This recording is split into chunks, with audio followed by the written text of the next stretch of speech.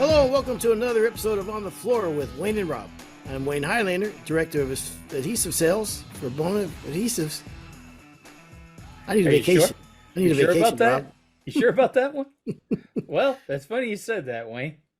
We are going on vacation. I'm Rob Johnson from Bona Training. You know, we say we're going on vacation, but I think only you are really going on vacation. I think I'm still working. So, I haven't planned a vacation yet, but okay. Well, we say we're going on vacation. That sounds normal. Normal Yeah. people do that, right? yeah, some of them All right. do. All right. Well, here's an episode I really think you're going to like. Hello, welcome to another episode of On the Floor with Wayne and Rob. I'm Wayne Highlander, National Sales Manager for Bona Adhesives. And I'm Rob Johnson from Bona Training. How we doing, Rob? I'll tell you how I'm doing, baby. Ask me what I did this morning, or one of the things I did this morning. What did you do this morning, Rob? I booked a flight for a freaking school, baby. I don't even know how to book flights anymore, man. I got an Uber app. A lot's changed, man. I bet. I'm going to have to relearn how to use my Uber app. Oh, my God. Which I'm mad at Uber anyhow. What did Uber do to you? Well, Now, before you go into this, remember what you said a few weeks ago. What did I say? You're listening to yourself, you kind of sound like an a-hole. I think I said I sounded angry. I don't think I said I sound like an a-hole.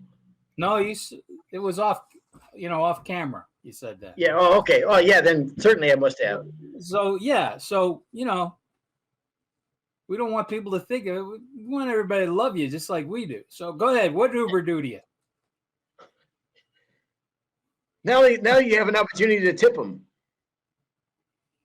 And before you didn't have to. It was rolled back into the fee. I don't mind paying a tip. I just give me what the thing is. I don't want to pay a tip because I overpay people. You know, Uber, you know that they judge you too? Like you get an Uber ride, you get like a rating. You know how you rate drivers? I didn't know that They rated us too. Yes. And I looked at my rating. My rating should be off the charts because I do tip well. I mean, I do. But I looked at my rating and it was less than perfect. And I kept going back in my mind, how could somebody have not given me a perfect rating? I'm so charming. And I'm always making great conversation with people and everything on the Uber ride. And then I figured it out. I think maybe it's the people that are with me. You know what I mean? Like when I bring someone with me, it's them. It's them. Yeah. Right. No, absolutely. Right. I can see that. Well, congratulations on booking your flight, man. I know that's something you've been talking about for a long time, man. So great. Yep. We're Mike's first school back. I think D is doing one next week in Texas, and I'm doing one in 2 weeks down in Marietta. So nice. We are back on track, baby. And then April, May, and June, we are just slamming. So when are you coming to Nashville? I think Nashville is June. Okay. I'll check it out. I got to get down there. Well, you're this close. I can't let you get by without me going over and saying hey to you anyhow. Yeah, I know why you come to the Nashville schools when I'm there. That chicken place down the road? No, you just like to steal a little of my thunder. You know, God forbid I get a little audience of my own. Yeah. Nope. You notice I wait till walks Wayne. I see the look in their eyes. I remember one student a couple of years ago, he goes, Is Wayne coming? And I said, listen, Wayne is now a corporate stooge. He does not care about you anymore, okay? I'm your daddy now. I'm your daddy, not him. You know, I usually wait till about an hour and a half into your class so I show up. That way, you make you feel like the opening act. You know. No, I'm happy for you, Rob. I know it's a big deal. I'm the Leonard Skinner to your Rolling Stones, huh? Yeah, I'll go with that. You know, we are a team here on the podcast, and you know, we are it's a lot of people it's myself and you and Tristan that helps us out on all the editing and everything. And certainly Eileen is a big part of the podcast. She helps us out tremendously and in marketing. And so no matter what happens on this podcast, we're a team. You always take care of your team. And I don't care how many people come to me, man, and go, you know what, you need to lose Rob. I won't do it, Rob. I just, the hundreds of fan mail that I get that say you should have your own podcast, I'm just not going to do it. But you know how many of the listeners knew that was coming? Yeah. A lot of them knew that's coming. We're a team, so I always have your back, and I know you always have my back, and what have you. But if anybody listened to our Potpourri podcast, maybe it's a couple weeks ago now, and they tuned into that, and they heard the Larry Nichols interview. And it's not like, one show with Larry's enough, but we had that the week before, and then you tune in into Potpourri, and then you hear that Larry. If you tuned in early in the morning, you would have heard that podcast over again. If we're going to double up on a podcast, yeah, that's not the one to do it. Let's double up on the play-by-play or the marketing one, but doubling up on the Larry one. Yeah. Hey, I love Larry like a brother, but once is enough. And I'm not going to throw Eileen. Nothing personal, Larry. I'm not going to throw Eileen under the bus for this. I'm not going to do it. I'm not going to say that she made a mistake and didn't record the podcast under the right one. Doesn't matter, because we're a team here and we got each other's back no matter what. So you're blaming all of us for that? No, I'm just not going to blame Eileen for that. You just take it. Does Eileen want to get on and defend herself a little bit? Or now we have a new way to send messages. I can't wait to see the message she sends you. She sends you. Oh, it's fixed now, she said. So yeah, if you listen to that podcast and you turned it on and went, what the hell? This was a podcast last time. She fixed it later in the day, but in the early morning, it was a wrong podcast. So anyhow, if you didn't hear that one, the proper one, that is up and running now. So our apologies on behalf of Eileen. All right, Rob. I give Eileen a hard time. She's always so good at everything. She'll take it in good stride. Rob, what are we going to talk about today? All right, Rob. So there's a meme going around, or a thing going around, is tell me you're a Dodgers fan without telling me you're a Dodgers fan, or what have you. Tell me you love cake without telling me you love cake.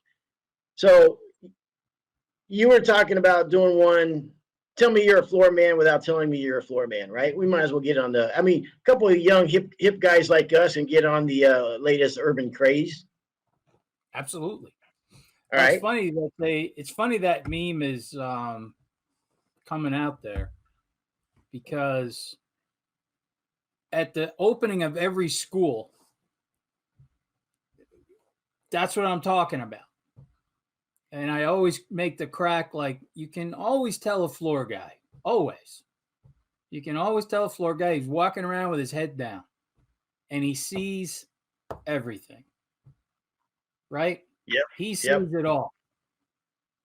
H joints, stair steps, halos, right? He doesn't miss a beat. Nothing. I remember I was in Boston one time. You ever see a bird dog point when it gets on a scent, it gets on birds? I was in Boston and I was with my cousin, and we were on vacation, and we're some historic part of town, and just all of a sudden I hear an edger like the next block away.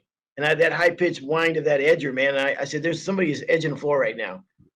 And he's not in the floor business. He don't know, whatever. We're on vacation. And I said, I got to go, man. I got to follow this sound.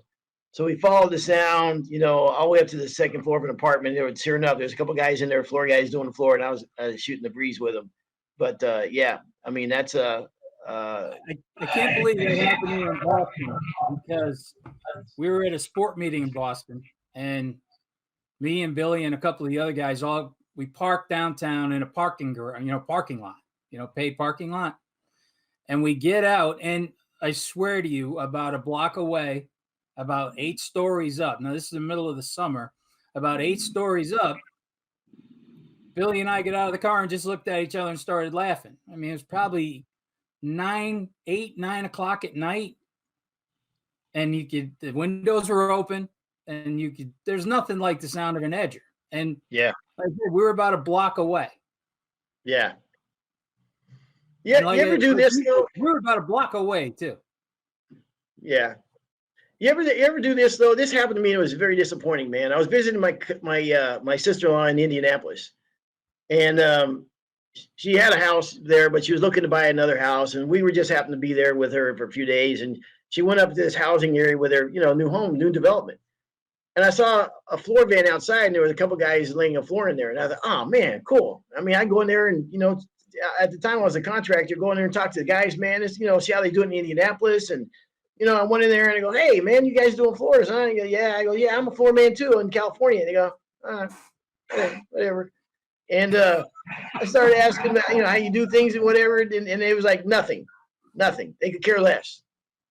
And well, shoot, man, I was excited, man. I want to see, what do you guys do different? How all these different things that you might do different than we do, and they weren't having no part of it. Nothing. What kind of floor man is that? What kind of floor man would be like that? I don't know floor guys like that. They got no passion. Do you? Well, I'm from the Northeast. Okay. There might be a couple. Okay. There might All right. be a couple. Rob, tell me you're a floor man then, without telling me you're a floor man. All right. I guess I'll never understand tell you you're a floor guy without telling you're a floor guy.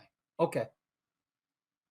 When a homeowner walks into a room and is choking and gagging and is rubbing his eyes, and you have no idea what's the matter with him as you're pulling a couple gallons of polyurethane. All right. I didn't know you were going to say that, so I have to tell you this story though.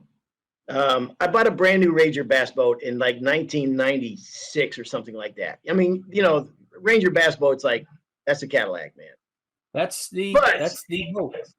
Yeah, and we had a 175 Yamaha. At the time, they didn't have like the 250s and 300s that they have now, but so that was a big motor. Maybe they had 200s like the Boston Whaler of bass boats. Yeah, it was a Cadillac, but sometimes you got to compromise. I didn't have a truck to pull it with. I pulled it with my work van, right, with all my tools and everything like that. So I took my buddy and his father-in-law bass fishing up to Clear Lake in California. You don't remember the old wood filler? They probably didn't have it in your part of the world. Goupon, which smells. It's lacquer-based product, right? So I had probably 3 or 4 cans, some open, some not open. One spilled over probably, and a bag of sawdust back there. And there's no chair in the back for the dude in the back, right? Because you don't need a chair back there. And I pick him up at like 4:30 in the morning. We're going there, and the first thing the guy gets in, he goes, "Man, what the hell's that smell?" I said, "Oh, it's just lacquer thinner, man. It's no big deal." And he's back there. And now later I see him covering his face with a scarf and everything. And then we go around the corner. He goes, "Would you guys mind rolling the windows down, man?" I go, "Yeah, sure." So we roll the windows down. We go around the corner, the dust bag, got him with the dust. I don't know if the dude's ever had a worse. It's a 4-hour drive to Clear Lake from where we lived. And that poor guy has never smelled lacquer in his life, and very distinguished gentleman type of guy. But hey, like I said, sometimes you got to compromise, man. Well, you know the deal, right? You're pulling a coat of poly. Maybe you're into your 3rd or 4th room. Homeowner sticks their head in, just want to take a look. Yeah. And they are gagging and choking and rubbing their eyes. And for the life of me, I used to think, boy, this person's a little kind of a snowflake, huh? You can't really. Yeah. It's scary that you don't smell it anymore, but I got a lacquer story for you. Back in the bowling days, a lot of lacquer. We used tons and tons of lacquer. You know the story. I might have even told this story before, but what the hell? You got a lacquer one, I'll give you my lacquer one. We're working up in New Hampshire. We're driving back we did a recoat, 2 coats of lacquer on a recoat job. And we're driving back probably, 9, 10 o'clock at night. And we get pulled over by a New Hampshire state trooper.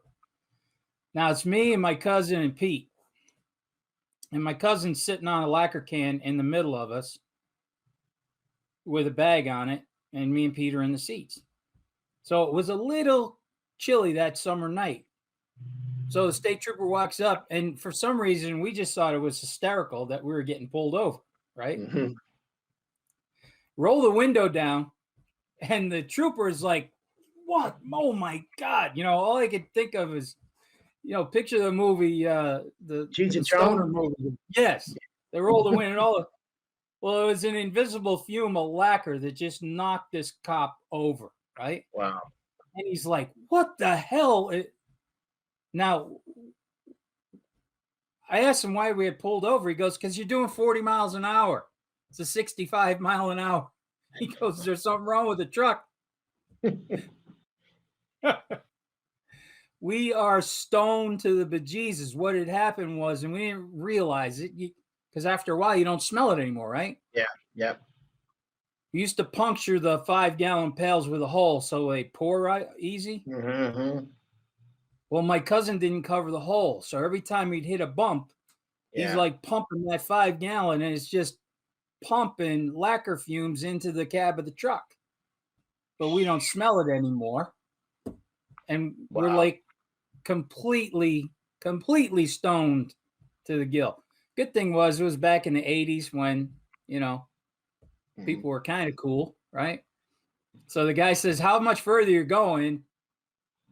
I forget how far we were going. He goes, okay, I'm going to turn the lights on. You just stay right on my ass, okay? He drove us to the hotel. Wow. He knew where a hotel was. We got a police escort to the hotel. And, of course, stoned to the bejesus, just laughing like hell the whole time, right? Wow. And pulling into the hotel. We didn't stay in hotels. We stayed in motels. Remember motels? Yeah. Oh, yeah. You heard of those motels? Yeah, absolutely. We were staying at the No-Tell Motel, right? Well, I'll give you the flashing lights. I'll give you a serious lacquer story then too, because it is no joke. And I don't know who these poor fellows were. I think I want to say it was in could have been in the Indiana area, but I won't, or maybe Missouri. I won't swear to it. But anyhow, box truck, guys driving down the road, 3 or 4 employees in the back of the box truck, lacquer back there. Guy lights a cigarette, and the lacquer goes up in flames. Guy driving down the road obviously doesn't see, it's a big box truck, and they're fighting for their lives back there. And I don't know if it killed them. I know it seriously at least burned some of them. It may have killed them. I don't know. But so that's no joke. So consider that. Lacquer's a dangerous animal, man. We want to get on a thing about lacquer, but yeah, it is no joke, man. Some of them finishes out there. So. Yeah, anybody who's been to my school knows the story. My great-grandfather got killed in the lacquer fire, so that's why every part of our school, big part of our school, is fire safety. Yeah. Even on how to properly wear a operator's belt, so you're not tied into the machine. Yeah, let's try to bring this back around to the fun stuff. Yep. All right. So that's mine. That's my first one. Okay. No, it's not a skin condition. I rub my knuckles on the floor and on concrete and wood all day long. You ever look at a floor man's knuckles and the big calluses on them? The biggest I've ever seen, and I've seen some guys out there with some big calluses. I used to, but they've pretty much gone away now, and I never thought they would. But my uncle Stan had huge, those nice soft stooge hands now. Yeah. And my uncle, I remember my uncle, like I said, he was like 54 or 56 years in the trade, and it used to bother him. He goes, when I get done doing this, I think I can have these taken off or whatever. I go, dude, that's a badge of courage in my eyes, man. That's like stripes on a soldier, man, on his sleeves. That wouldn't bother me a bit. And I was proud of mine, and I'm what most guys are when they have them. But as I told you, he taught me to work with my palms on the floor instead of my knuckles on the floor because of what happened to him. And later in life, I got carpal tunnel syndrome, whatever. And so I would alternate back and forth. But yeah. Did you just call it corporal? I probably did. Carpal tunnel syndrome. Corporal. It's not as bad as captain or major tunnel, but corporal tunnel. Yeah. Well, he had Yeah. Yeah. He I had think it's Captain tunnel. carpal. It might be carpal. I think it's carpal tunnel syndrome. I think it is carpal. But you know Yeah. what? From now on, I'm calling it corporal. You gonna go with that? I'm All right, going with cool. corporal. I think corporal sounds much better. Absolutely. Yeah. Well, that's where it starts out. You know, corporal's only got 1 or 2 stripes. I can't remember. But then as it gets bigger, it can be like, you know, Captain Tunnel Syndrome. Captain, major, right. Yeah. Now you can tell the floor guys in the Northeast too, because the backs of their hands are all ripped to shreds from scraping under radiators. Okay. Yeah. Some of them old cast iron radiator, just nobody was fine sanding any metals back then. Believe me. I took 6 of them out of this house that I'm sitting in now. Yeah. So yeah. No kid. Yeah. Heavy, aren't they? Brutal. Yeah, I paid Would some guy you- to take them because I think there was some there's some way to you can get something out of them, whatever. The guy never picked them up, so I had to take them to the dump myself. But how do you tell a floor guy? How do you tell someone you're a floor guy without not telling them you're a floor guy? You could be staring at the Mona Lisa, and the floor in front of it have an H joint, and that's all you're going to think about is that H joint. It's going to bug the hell out of you. Yes. It could be in the guy movies. He'll critique the floors, not the art. Yeah, He's critiquing the floors. you could get to the climax in a movie, and if the scene is in a room with a hardwood floor and there's 3 or 4 H joints right there, you're spun now. That's all you're going to think about. And you want to tell somebody. You want everybody's wife or girlfriend's heard this. Look at the floor. I can't believe what they did. There's H joints all over the place. I know, honey, but I'm just saying, who would do this? Have you ever worked on a movie set? No, but I worked right next to one. You remember Will Smith, the actor? Yes. Yeah, I walked through his movie set. In fact, he said, "What are you guys doing? We're shooting the movie here. We were on the way to lunch." Yep. Nice. It wasn't a movie set. It was a set of The Sopranos. Oh, and wow. I got a call from a distributor, and he's like, "Hey, I got a cool proposition for you." He goes, "There's this movie studio that's having an issue with one of the floors, and they're wondering if you can go over there and take a look at it and, see if you can fix it." And it was a set of The Sopranos. And I was a, huge Sopranos fan. And they shoot it down in Queens. And I got to do the floors in the restaurant. I think it was called the Vesuvius or something. Uh-huh. It was the restaurant that they did all the scenes in. And it was like, I don't know, second or third production manager, whoever was, dragging me around. He's like, "Yeah, there's such a glare on the floor that we can't shoot anything from the waist down." And he goes, "Sometimes we want to do a shot." And I'm like, "Yeah, I can fix this easy." And, got a matte finish and everything, took care of it. And it's funny you said that before, because maybe a few weeks later, however long it was, we're watching The Sopranos, my wife and I, and they did a pullback shot of the family, and you can see the floors. Is that right? Yeah, that's me. You can see the floors. So I'm like, because you're welcome, everybody. Yeah, because of me. That's me. Okay, that is all me. As a matter of All fact, these when it was over, I'm watching the credits like this. I move right in, like my name's got to be here somewhere on the credits. I mean, they know who that's did this. sad. That's sad when that happens. I've been there before when I've got my heart broken like that. Okay, so Sopranos, all these shows on Netflix, all these series that are going on and what have you, the granddad of them all is number 1, Sopranos, and number 2, Breaking Bad of all time. The greatest 2 shows there ever. Phenomenal. And I don't know which one was better. Breaking Bad was also insanely good.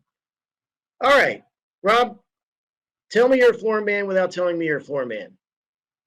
I tell my wife how to load the truck in my sleep. Really?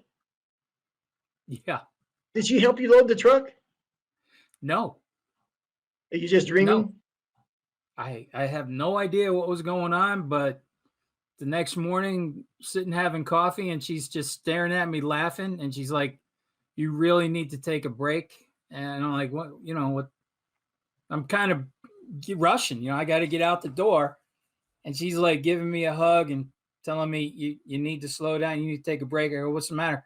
She goes, "Last night you were sound asleep and told me everything to put in the truck for today's job." Oh, nice. Nice. That's She goes, funny. "You were just babbling on about paper and buffer and that and that." And so I looked at her, I go, "Well, did you get it done for me, or do I have to go do that too?" I mean, you remember at the end of every job or for the day, you pick up a piece of wood, a piece of 2 1/4, and back in the days, it was usually a piece of 2 1/4 inch, and you got your pencil, and you're writing down what you're going to need for the next day. I got to bring the planer for tomorrow because of this one thing. I got to probably stop by and pick up something else that we don't have on a job or whatever. Spline, we need spline tomorrow. We need 136 feet of spline. Let's make sure we put that in the truck. Yep, I remember well. Wayne, tell me you're a floor man without telling me you're a floor man.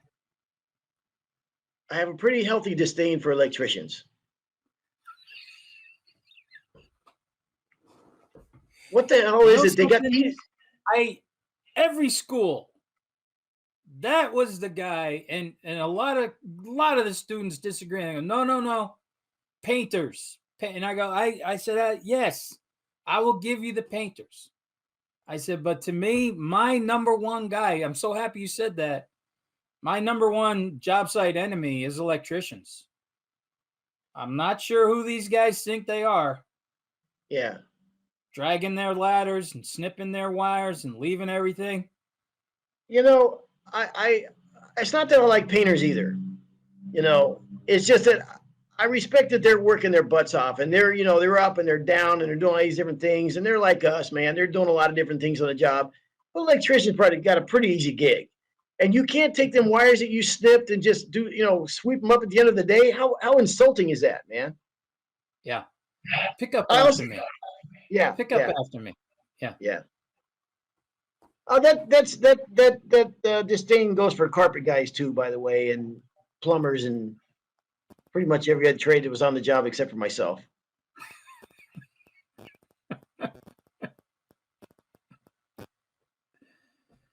All right, how about this one? How about the guy who can't stop looking at the stair steps in the H joint in the restaurant? That's so bad he loses his appetite. I got a pretty healthy appetite. I wouldn't let it bother me to that point, but yeah, I totally get it, because you want to just call the guy and go, "Dude, what were you thinking, man? Come on, have some respect for the trade." There was a place that my brother and me and Pete used to always go for breakfast. When we could go out for breakfast. Remember those days a long time ago, a few years back? Yeah. And they had the floors done, which really blew me away that they had the floors done. And Pete and I never even thought to maybe, give him a business card or a heads up or whatever. And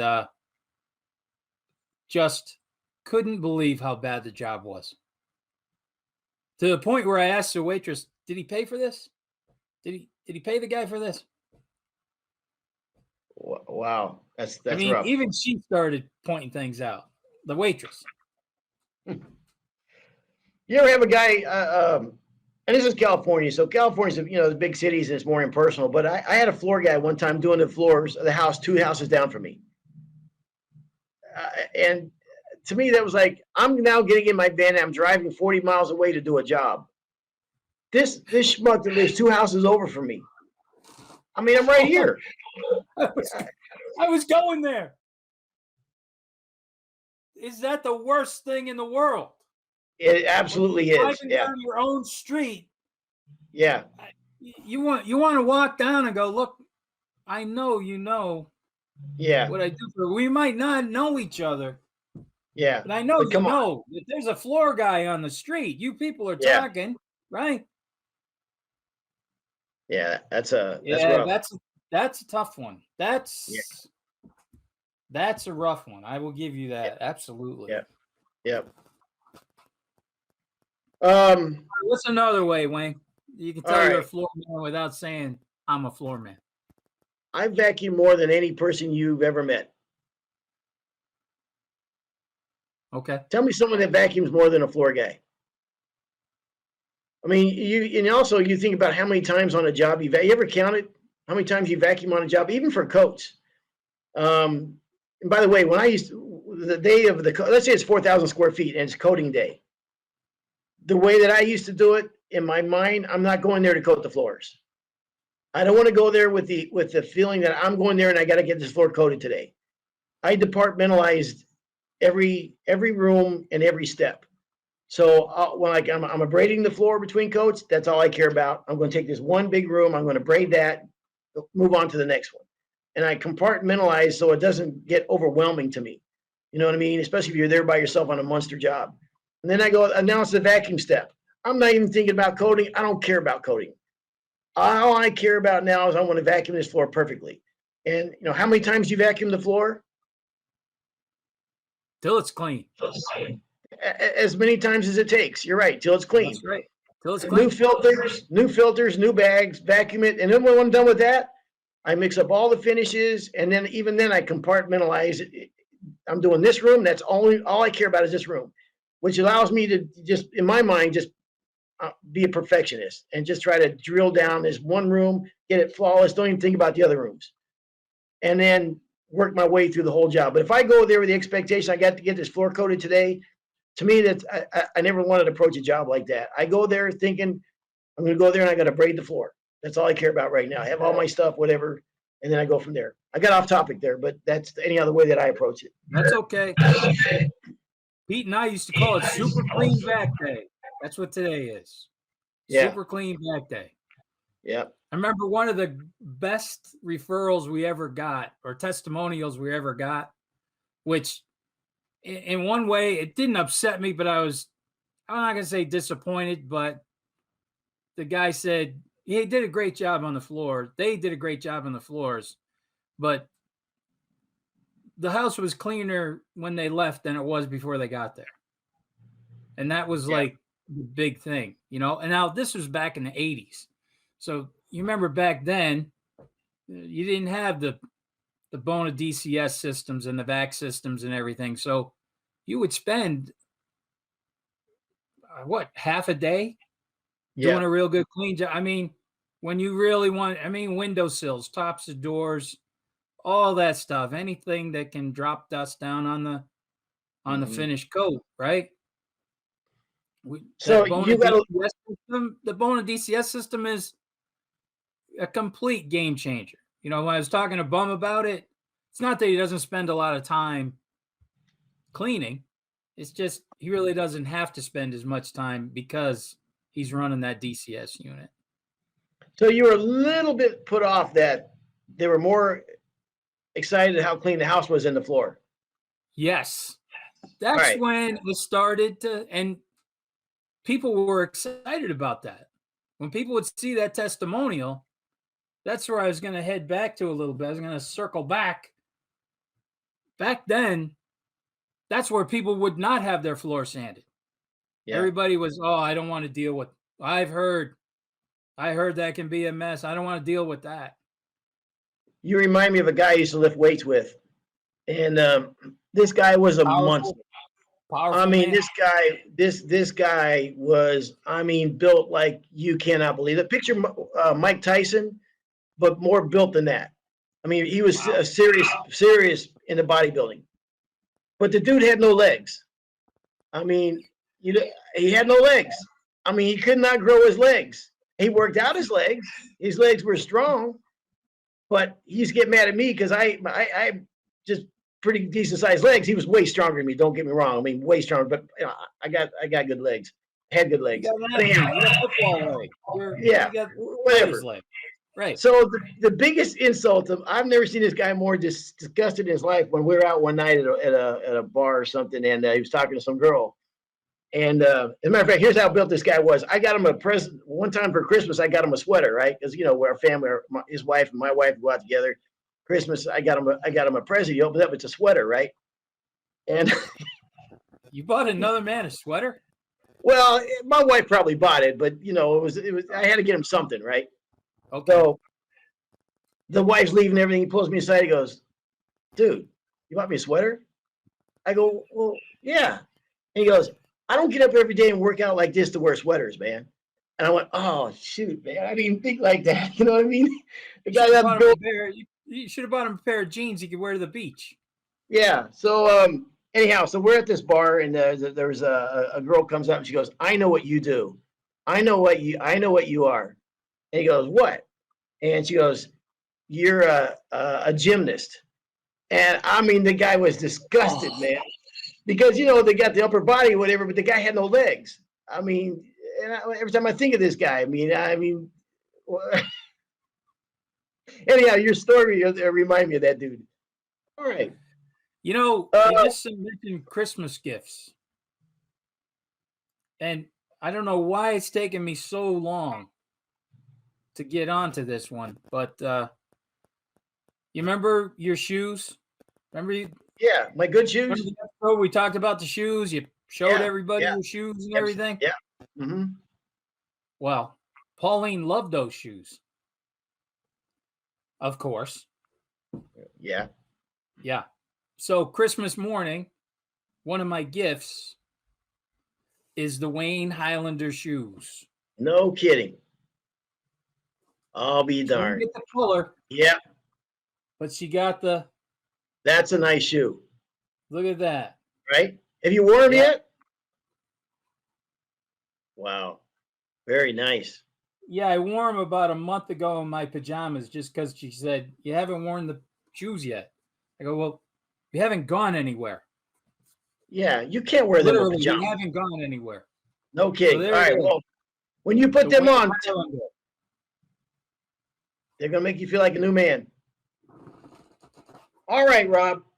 Oh, we Um, got a couple more. Let's do a couple more. okay. Go ahead, What else? ask me. All right, Rob.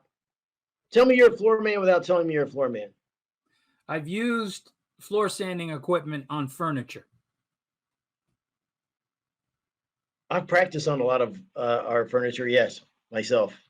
In fact, the table that this computer sitting on. What did you sand with the floor sander? I built a dining room table one day and I started using a palm sander, I think. And I said, my God, this is definitely sturdy enough. I can put a buffer up here. So I put the Mm-hmm. buffer up there, dropped the handle. I was done in seconds and it looked perfect. My wife says, I've done everything's going to come crashing down. I go, nope, don't worry about it. Not a thing. My nice. neighbor one day, he brought his dining room table over and he goes, hey, you think you can sand this down for me? I was like, yeah, sure. Got up on the table, or I got up on a chair next to the table and started edging it. That's when I found out that some products aren't solid, they're veneer. Oh, ouch. You went through it. It was your neighbors? It was my neighbors. Yeah. He took a risk. That's not on you. Yeah. He's like, I can paint it. You can paint it. You don't need to. Yeah, I go, if yeah, you want, I can sand through the entire layer and just give you the net. He goes, no. That's good. yeah, yeah. Thanks, We're Rob. good. Yeah. Yeah. He was the guy that I saw the other floor company's truck in his driveway. Oh, there you go. Yeah, perfect. That's why I called the other guy. Yeah. What do you mean by the floor man's curse, the Sanders curse? Oh man, the eye. The sander's eye. Once you've sanded floors and once you start looking at stuff, you see everything. I'm watching Bum. He's gonna be bald, man. He's gonna lose he's got a nice head of hair. He's gonna lose it because he's got a hawk's eye. Yeah. I had the eyes of a pigeon. He has the eye of a hawk. And I remember just leaving every single job looking at Pete going, well, we're screwed. We're not getting paid for this one. Look at that. Look at this. Look at that. Yeah, When I yeah, tell that story at all the schools, just what your head's doing now, nodding up and down. Yep. Every floor guy there thinks the same exact thing. yeah. But mean, I you tell take, them, we have a motto though: the Sanders curse. And I tell everybody this: there's no such thing as the perfect floor, but the pursuit of perfection will consistently give us excellence. How do you like that? I like that. That's good. You like I'm that? gonna I'm gonna All hashtag the that. problem is you've done the perfect floor, right? Yeah. Yeah, Oh that's what I no, thought. no, no, no, no, no. Um, but that's it, man. And you're right. You ratchet it up more and more. I mean, the better your eye gets, the more situations you've been in, the more species of wood you've sanded, the more lighting situations you've been in, the more different subfloors and how them subfloors will change the floor. That's why this job is so tough. Is that and you talk to homeowners sometimes and they'll never understand this, but you could take a great floor guy, I mean a stud floor guy on one job, bring him to another job, a completely different situation, completely different direction of the flooring and whatever, and it's a whole nother. The game changes from job to job. It's not like a lot of things where you can do something. Okay, I got it figured out, and now I'll just take that and I'll move it from job to job to job. It doesn't work like that. Every species of wood, every the thickness of the wood, if it's been sanded several times, the how it's aged in the home, the subfloor, the direction of lighting, whether it's perpendicular lighting or parallel lighting, all these things matter, man. They're all part of the equation that make a job. And it's a pain. I just talked to someone who had a problem on a job using a actually I don't no sense even get into it, but it was just a one-off thing. The guy could do the floors the rest of his life and he'll never have that problem again. He ran into the perfect storm on a job and it got him. So there's so many parts to the equation, man, to being a floor man. I mean, we say it all the time. You got to be a master painter, a master finisher. I mean, there's so many hats you have to wear. And by the way, a business hat also to make money while you're doing all these things in a trade that is harder and harder to get quality help. The demands that are put on the floor guys today, I mean, is amazing to me. I mean, they're a whole different. I mean, we talk about it all the time, and I say it all the time, and the respect that we have for the guys in this trade. To me, I see a guy at the counter, a guy's been around for 20 years. He might do everything differently than I do. But to me, it's almost like NFL linemen, man, or guys, you know what I mean? They're pros. Yeah. And they've all bring their experience to the table. They all got their way of doing things. They learn it the hard way, and they're proud of what they do. And a lot of people could watch them do what they do and never understand how they got there.